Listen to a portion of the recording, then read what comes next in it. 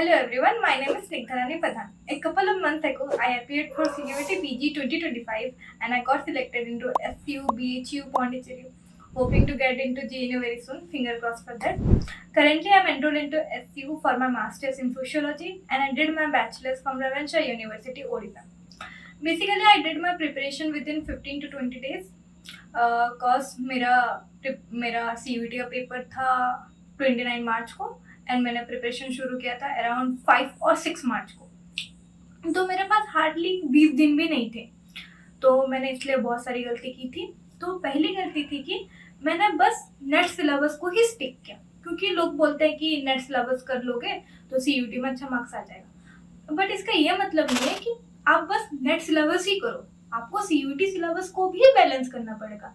क्योंकि मैंने वो गलती की थी, मैंने CUET सिलेबस को देखा ही नहीं, देखा था बट पढ़ी ही नहीं उस हिसाब से। मैं बस नेट सिलेबस के ओरिएंटेड हुई और वैसे ही पढ़ी। इसलिए CUET का एक लास्ट चैप्टर है, आप सबने देखा होगा, सोशल प्रॉब्लम्स इन इंडिया। तो मैं आखिर में देखी कि ऐसा भी एक चैप्टर है, मैंने सोचा कि यहाँ से क्या ही क्वेश्चन आएगा, जो इसको स्किप करते थे। बट एंटायरली वो चैप्टर से 2 क्वेश्चन आया, ठीक है, और दोनों में ही मेरा नेगेटिव मार्किंग आया। मैं बहुत कॉन्फिडेंट थी कि ये आंसर हो जाएगा, ओवर कॉन्फिडेंट थी कि हाँ ये आंसर होगा, मैंने कहीं तो देखा था, बट मैंने इन डेप्थ वो चैप्टर पढ़ा ही नहीं था। तो मैं इतना श्योरिटी भी नहीं थी कि कैसे ये आंसर हो सकता, फिर भी मैंने डाल दिया, तो मेरा नेगेटिव मार्किंग हो गया। तो ये गलती आप दोहराएगा मत। और फिर है कि नेट का सिलेबस में पहला एक चैप्टर है क्लासिकल सोशियोलॉजिकल थिंकर्स का, 26 थिंकर्स का। वो एक्चुअली सब कोई बोलते हैं कि बहुत इन डेप्थ जाना, पूरा एंटायर पढ़ना, इसकी कोई ज़रूरत नहीं है CUET में, ठीक है। आप अगर हर एक थिंकर्स का बुलेट पॉइंट्स भी लिखोगे, मेरे पास मैं एक कॉपी बनाई थी एक छोटे सा, हर एक पेज में एक एक थिंकर का मैं बुलेट पॉइंट्स लिख के गई थी, ठीक है। वो जो बुलेट पॉइंट्स लिखी थी मैं उसको समझी भी थी। अभी आता है मेरी सेकंड गलती के ऊपर। मेरी सेकंड गलती ये थी कि मैंने PYQ और MCQ किया ही नहीं, क्योंकि आखिर का 2 दिन ही था मेरे पास और मैंने बस मॉक किया और 23 और 24 का क्वेश्चन ही PYQ ही मैं देख के गई थी।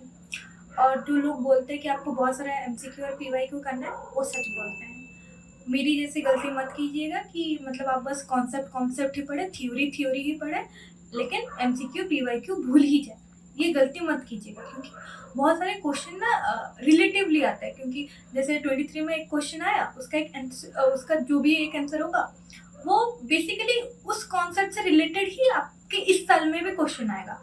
तो एक इंटर रिलेशन रहता है प्रीवियस ईयर के क्वेश्चन में और इस साल के क्वेश्चन में। तो आपको प्रीवियस ईयर का क्वेश्चन करना ही पड़ेगा, जरूरी है। ऐसा नहीं कि 1-2 साल का क्वेश्चन, आपको नेट का PYQ भी करना है। नेट का PYQ पर आपको 2010 से करना पड़ेगा अभी तक, वो कंटिन्यू रहना चाहिए कि CUET का PYQ करना, नेट का PYQ भी करना है। और बहुत सारे चैनल्स ना ऐसे मॉक्स भी देते हैं, और एसिंग सोशियोलॉजी देवस भैया जो है वो हर दिन ऐसे MCQs भेजते थे ग्रुप में। अगर वो सब भी आपने कर लिया, 5-6 भी कर लिया, तो बहुत अच्छी बात है। लेकिन मेरे पास टाइम नहीं था, 15 दिन ही था, और 15 से मैंने 10 दिन तो मैंने वेस्ट कर दिया था थिंकर्स पढ़ने में ही। तो मेरे पास बचा 2-3 दिन, तो 2-3 दिन में कितना ही मॉक कर लेती, कितना ही MCQ कर लेती, तो मैं नहीं कर पाई वो चीज़ में मैं लैग कर गई। ये थी कि मैंने बहुत सारे रिसोर्सेस कलेक्ट कर लिए थे, ये चैनल वो चैनल, इसका सब्सक्रिप्शन ले ली, उसका सब्सक्रिप्शन ले ली, लेकिन कोई ज़रूरत नहीं है सब्सक्रिप्शन वगैरह लेने के लिए। लिमिटेड रिसोर्सेस रखिए और उसमें स्टिक कीजिए। मैंने जैसे कि मैंने देवश भैया के एसिंग सोशियोलॉजी वाला मटेरियल्स यूज़ की थी। उनके टेलीग्राम चैनल में आपको सारे थिंकर, सारे कॉन्सेप्ट, सब कुछ का आपको PDF फ्री में मिल जाएगा। तो वो सब का मैं सॉफ्ट कॉपी निकाल के रखी थी, वो सब ही पढ़ी थी। तो आप भी वही सब ही पढ़िएगा, क्योंकि ज़्यादा रिसोर्सेस होता है तो नहीं हो पाता, कौन सा पढ़ूँ कौन सा छोड़ूँ वो समझ ही नहीं आता, तो उसी पे ही स्टिक कीजिएगा। मेरी चौथी गलती ये थी कि मैंने कंप्लीट अटेंशन CUET के ऊपर नहीं दिया था, क्योंकि मेरा सेमेस्टर डिसर्टेशन ये सब भी चल रहा था। तो आपको अगर CUET में अच्छा मार्क्स चाहिए तो आप फोकस रखिए बस CUET के ऊपर, बाकी सबको आप साइड में रखिए, उसके ऊपर इतना भी ध्यान मत दीजिए, ठीक है। फिर मेरी 5वीं गलती ये थी कि मैंने अपने सराउंडिंग में अच्छे लोग नहीं रखे थे। बहुत ऐसे लोग मैं रखी थी जो मुझे डीमोटिवेट करते थे, बोलते थे कि कम दिन है, 10 दिन है, 15 दिन है, तुम क्या ही कर लोगी, इतने लोग, बाकी लोग का 3rd रिवीजन 4th रिवीजन चल रहा है और तुम्हारा तो कॉन्सेप्ट भी शुरू नहीं हुआ है। तो ऐसे लोग को आप अपने सराउंडिंग में मत रखिए, ऐसे लोग रखिए जो आपको मोटिवेट करेंगे, जो आपको इंस्पायर करेंगे। अभी अगर बोलेंगे तो मेंटर्स की बात, और मेंटर एक बहुत मेजर रोल प्रिपेयर करता है आपके प्रिपरेशन में। और मेरे पास ऐसे 2 मेंटर थे जिसकी वजह से मैं आज सीयूटी में लाई। मेरी फर्स्ट मेंटर थी मेरी सीनियर, जो मेरे साथ मेरे बैचलर्स में भी थी, अभी मास्टर्स में भी एचसीयू में वो मेरी सीनियर है। तो मुझे बहुत हेल्प की थी क्योंकि मेरे पास बहुत कम दिन था और उनको भी पता था कि इतने लेट में मैं प्रिपरेशन क्यों शुरू की हूँ। वो बहुत क्लोज थी मेरे से। तो आखिर का जो 2 दिन था, वो मुझे कॉल करती थी और मुझे एंटायर वो ना क्वेश्चन पूछती थी। अगर मैं जवाब नहीं दे पाती थी तो वो मुझे डिमोटिवेट नहीं करती थी, वो मुझे उल्टा उसके बारे में बताती थी कि इस पे फोकस करो, उस पे फोकस करो, ये मत करो, वो मत करो। तो एक गाइडेंस वो देती थी, जो गाइडेंस बहुत फ्रूटफुल था। एंड सेकंड मेंटर है देवश भैया।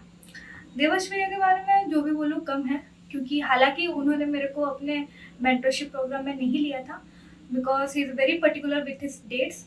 और मेंटरशिप प्रोग्राम फरवरी में ख़त्म हो गया था और मुझे तब तक एसिंग सोशियोलॉजी के बारे में पता ही नहीं था कि एसिंग सोशियोलॉजी बोल के भी कोई चैनल है। मुझे बहुत बाद में पता चला, और जब मुझे पता चला उनका मेंटरशिप ख़त्म हो गया था, तो मैं उनको बोल भी नहीं पाई कि भैया मेरे को मेंटरशिप पे ले लीजिए, क्योंकि ऑलरेडी इतने सारे बच्चे एनरोल हो चुके हैं और उनका कोर्स भी आगे बढ़ गया।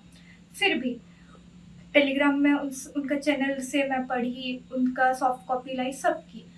जैसे कि आप ऑनलाइन प्लेटफॉर्म में देख सकते हैं कि आपको बहुत सारे मेंटर्स मिलेंगे जो आपको सीयूईटी के लिए पढ़ाएंगे, बट देवस भैया एक ऐसे मेंटर है जो कि सीयूईटी के बाद में मुझे गाइड की कि मुझे कौन सा यूनिवर्सिटी में जाना चाहिए, मेरे जैसे ओरिएंटेशन के लिए कौन सा यूनिवर्सिटी सही रहेगा। और आज मैं अगर एचसीयू भी आई तो उनकी वजह से आई, वरना मैं कहीं और पढ़ रही होती। और एक अच्छी बात है एसिंग सोशियोलॉजी क्या, वो है एसिंग सोशियोलॉजी का ऐप। ठीक है, एसिंग सोशियोलॉजी के ऐप में अगर आप जाओगे तो उसमें आपको क्वेश्चन मिलेगा, 4 ऑप्शन मिलेगा आपका। अगर आप ऑप्शन को क्लिक करेंगे, आपका ऑप्शन सही रहे गलत रहे वो अलग बात है। आपका क्वेश्चन जब आप अटेम्प्ट करोगे उसके नीचे वो चारों ऑप्शन का डिस्क्रिप्शन आपको मिल सकता है, जो डिस्क्रिप्शन बहुत हेल्पफुल होता है। क्योंकि मैं एग्जाम के एक दिन पहले एसिंग सोशियोलॉजी ऐप में गई और मैं बस वो एमसीक्यूज ही की, क्योंकि मुझे जो नहीं भी पता था वो एमसीक्यूज से मुझे पता चल गया। वो पूरा सारे ऑप्शन पर ब्रीफली एक्सप्लेन करते थे। वो बहुत अच्छी बात है एसिंग सोशियोलॉजी ऐप की, और वो बहुत चीप प्राइस में भी देते हैं वो चीज़। और आखिर में मैं बस यही बोलना चाहूँगी कि एग्जाम सेंटर जाने से पहले बहुत अपने आप को कामली जाना, अपने आप को प्रिपेयर करके जाना, क्योंकि सेंटर में कुछ भी अनफेवरेबल सिचुएशन हो सकता है। क्योंकि मेरे साथ हुआ था, मेरे साइड में जो कैंडिडेट थी उनका सिस्टम बंद हो गया था शुरू में ही, और भैया भी ये चीज़ हमको प्रिपेयर करवाए थे एक दिन पहले जूम का सेशन लेके कि कुछ भी सिचुएशन हो सकता है, जो पढ़े होगे वो भी भूल जाओगे, तो कामली रहना और अपने ऊपर फोकस करना। और मैंने वो नहीं किया था, मैं घबरा गई थी मेरे साइड वालों को देख के कि उनका सिस्टम बंद हो गया तो मेरा हो जाएगा तो कैसे होगा।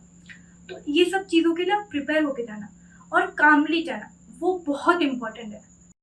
And those who are preparing for CUET PG, all the best to you guys. Be patient, be calm, and have confidence in yourself. You all can do it.